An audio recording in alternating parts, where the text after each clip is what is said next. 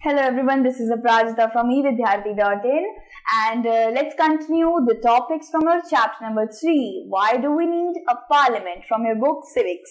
ठीक है, so सबसे पहले टॉपिक पे आते हैं, तो सिलेक्ट दी नेशनल गवर्नमेंट. ठीक है, मैं आपको बार बार बताती रहूंगी कि पार्लियामेंट होता क्या है. ठीक है, पार्लियामेंट में क्या है, 3 बॉडीज आती हैं, प्रेसिडेंट, लोकसभा, राज्यसभा. प्रेसिडेंट आता है लोकसभा यानी कि हाउस ऑफ द पीपल, लोगों के हित में बोलने वाला हाउस, और काउंसिल ऑफ द स्टेट यानी कि सारे राज्यों के मिनिस्टर्स राज्यसभा में आते हैं. ठीक है, यानी कि काउंसिल ऑफ द स्टेट. तो ये 3 चीजें हैं जो पार्लियामेंट में रहती हैं और यही पार्लियामेंट कहलाती हैं.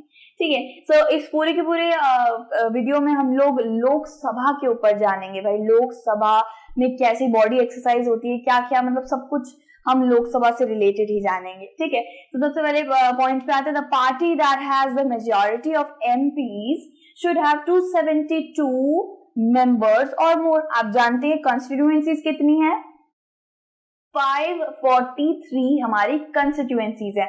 उसका हाफ कर लीजिए 272 या उससे ज्यादा जिसके पास मेंबर ऑफ पार्लियामेंट का सपोर्ट रहता है, यानी कि मेजॉरिटी रहती है. अगर कि समझ लीजिए एक पॉलिटिकल पार्टी है. ठीक है, एक पॉलिटिकल पार्टी है, उनका मुद्दा आप समझ लीजिए मुद्दा लड़ रहे हैं. एक मुद्दा पकड़ के पॉलिटिकल पार्टी को लड़ना होता है ना, तो उसका मुद्दा समझ लीजिए वुमेन्स का एम्पावरमेंट. ठीक है, वुमेन एम्पावरमेंट के ऊपर वो मुद्दा है और आप जानते हैं बहुत स्ट्रॉन्ग मुद्दा है. ठीक है, तो उसके ऊपर वो पॉलिटिकल पार्टी पार्लियामेंट में क्या कर रही है, इलेक्शन लड़ रही है. तो क्या है, जिसके पास मेजॉरिटी है मेंबर ऑफ पार्लियामेंट, ये देखिए यहाँ पे सारे मेंबर ऑफ पार्लियामेंट है. जिस पॉलिटिकल पार्टी के पास मेंबर ऑफ पार्लियामेंट का मेजॉरिटी है, सबसे ज्यादा सपोर्ट है, यानी कि मेजॉरिटी है, वो पार्टी क्या करती है, वो पार्टी बाद में जाके जीत जाती है, इलेक्शन जीत जाती है एंड वो ही जाकर गवर्नमेंट फॉर्म करती है.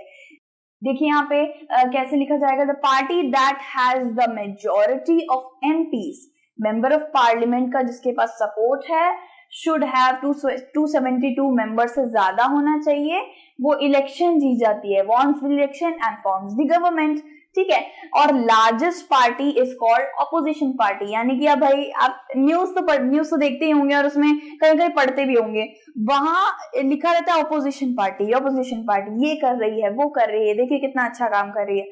हम ऑपोजिशन नाम बहुत सुनते हैं और हमें पता ही नहीं होता ऑपोजिशन क्या, वो जो एनिमी होती है, वो जो क्या कहते हैं, मतलब जिससे हम लड़ रहे होते हैं, पता नहीं, समझ नहीं आता. तो ऑपोजिशन पार्टी का बहुत सरल सा मतलब है एक स्ट्रॉन्ग पार्टी, यानी कि मेजॉरिटी में है जो स्ट्रॉन्ग पार्टी है, भाई जिसका पलड़ा भारी है, जो बहुत ज्यादा स्ट्रॉन्ग है. ठीक है, उसको ऑपोजिशन पार्टी कहा जाता है.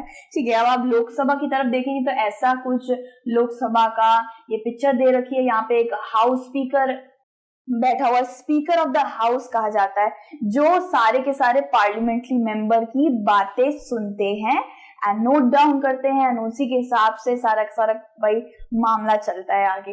ठीक है, तो आपको ये याद रखना है कि लोकसभा में जिसके पास मेजॉरिटी है, किसकी, मेंबर ऑफ पार्लियामेंट जिसकी तरफ सबसे ज्यादा सपोर्ट है, वो पार्टी आगे जाके जीत जाती है और इलेक्शन में जीत के वो गवर्नमेंट बना लेती है. ठीक है, सो लोकसभा यहाँ तक कर लिया. उसके बाद और भी कुछ पॉइंट्स है, वो जरा देखते हैं. Important function of the Lok Sabha is to select the executive group of person who implement the laws made by the parliament. अब इसका क्या मतलब हुआ, इंपॉर्टेंट फंक्शन क्या है लोकसभा का, वो एग्जीक्यूटिव को सिलेक्ट करते हैं. एग्जीक्यूटिव क्या होता है, एक ऐसा ग्रुप होता है जो लॉज को इम्प्लीमेंट करता है, यानी कि लॉज को लागू करता है. लॉ एंड क्या करता है, मेड बाय द पार्लियामेंट. आप तो जानते हैं पार्लियामेंट बिल बनाती है, लॉज बनाती है. ठीक है, राज्यसभा बनाती है, तो राज्यसभा तो पार्लियामेंट के अंदर ही आई ना, तो हम ये कंसीडर करके चलते हैं कि पार्लियामेंट लॉ और बिल बनाती है. वो बना तो देती है लेकिन देश में लागू करने का वही किसका काम है, एग्जीक्यूटिव का काम है. और एग्जीक्यूटिव को कौन फॉर्म करता है, एग्जीक्यूटिव को कौन सिलेक्ट करता है, लोकसभा सिलेक्ट करता है. ठीक है, सो अब आ जाते हैं इस सेकंड पॉइंट पे. Prime minister is the leader of party in Lok Sabha who selects ministers for government functioning. ठीक है, आपको ये भी याद रखना है कि पार्लियामेंट के अंदर प्राइम मिनिस्टर भी रहता है और प्राइम मिनिस्टर रूलिंग पार्टी जो भी होती है ना, उसकी समझ लीजिए आरएसएस है. आरएसएस का आगे जाके भाई उन्हें मेजोरिटी मिल गई एमपी की और वो लोग उन्होंने गवर्नमेंट फॉर्म कर लिया क्योंकि वो इलेक्शन जीत गए हैं और उनकी तरफ से एक पर्टिकुलर स्ट्रॉन्ग लीडर आगे जाता है जो प्राइम मिनिस्टर बनता है, ठीक है। तो वो क्या करेगा, वो अपनी पार्टी का मेंबर भी है, साथ साथ लीडर भी रहेगा, ठीक है। तो यहाँ पे प्राइम मिनिस्टर क्या बताया गया, अपनी पार्टी का भाई वो लीडर होता है ऑब्वियसली। लोकसभा के अंदर भी वो उसका काफी ज्यादा स्ट्रॉन्ग एक बैकग्राउंड होता है ऑब्वियसली, प्राइम मिनिस्टर जो ठहरे, ठीक है। और क्या है, वो अपने, आपको तो जानते हैं पॉलिटिकल पार्टी में बहुत सारे मेंबर्स होते हैं ना, उसमें से एक भी प्राइम मिनिस्टर का मतलब गद्दी जीत गया है, समझ लीजिए। इनका एक उदाहरण ले लीजिए, ये है मोदी जी, नरेंद्र मोदी जी, कौन नहीं जानता, ये आज के टाइम पे हमारे प्राइम मिनिस्टर हैं। तो इन्होंने क्या कर रखा है, इनके और भी पार्टी में मेंबर है, राइट। सो उन लोगों को क्या दे रखा है, अलग अलग ड्यूटीज दे रखी हैं, होम मिनिस्ट्री का दे रखा है एंड फाइनेंस का दे रखा है, तो इन्हीं की पार्टी से तो है, राइट। सो यहाँ पे क्या बोल रखा है, हेल्थ, एजुकेशन, फाइनेंस। अगर कोई पर्टिकुलर पार्टी से एक प्राइम मिनिस्टर इलेक्ट होकर लाइक जीत जाता है इलेक्शन, तो वो बाकी के अपने स्ट्रॉन्ग मेंबर्स को एक एक ड्यूटी दे देता है, फाइनेंस की ड्यूटी, हेल्थ की ड्यूटी, एजुकेशन की ड्यूटी, ठीक है। फिर क्या आ जाता है, सेकंड पॉइंट आ जाता है, many parties found difficult to get majority to form a government, so two parties join together and forms a coalition government. इसका क्या मतलब होता है कि आप तो जानते हैं भाई 272 से ज्यादा मेंबर चाहिए होते हैं तभी आप इलेक्शन जीत पाएंगे पार्लियामेंट में, राइट। सो क्या होता है, कभी कभार एक पार्टी के पास या दो पार्टी के पास मेजोरिटी इतनी आती नहीं है, इतना ज्यादा सपोर्ट नहीं आता है। तो समझ लीजिए मेरे पास 104 मेंबर्स हैं और उस इंसान के पास कितने हैं, 125 है। तो दो पार्टी भाई बातचीत कर लेती है एंड दोस्ती बना लेती है एंड देन दो पार्टी ज्वाइन कर लेते हैं, तो कितने हो गए, 125 और उसके 100 और, तो 200 और हो गए।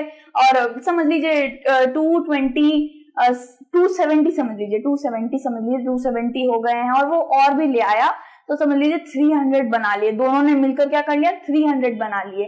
सो 300 उनके पास अब क्या हो गए हैं, मेंबर हो गए हैं। तो भाई आपको मैंने पहले ही बताया था 272 का एक स्कोर चाहिए होता है, उससे ज्यादा ही कर लिया उन्होंने। तो क्या हुआ, उन्होंने आगे जाके इलेक्शन जीत लिया और वो क्या बन गए, उन्होंने अपनी गवर्नमेंट फॉर्म कर ली, ठीक है।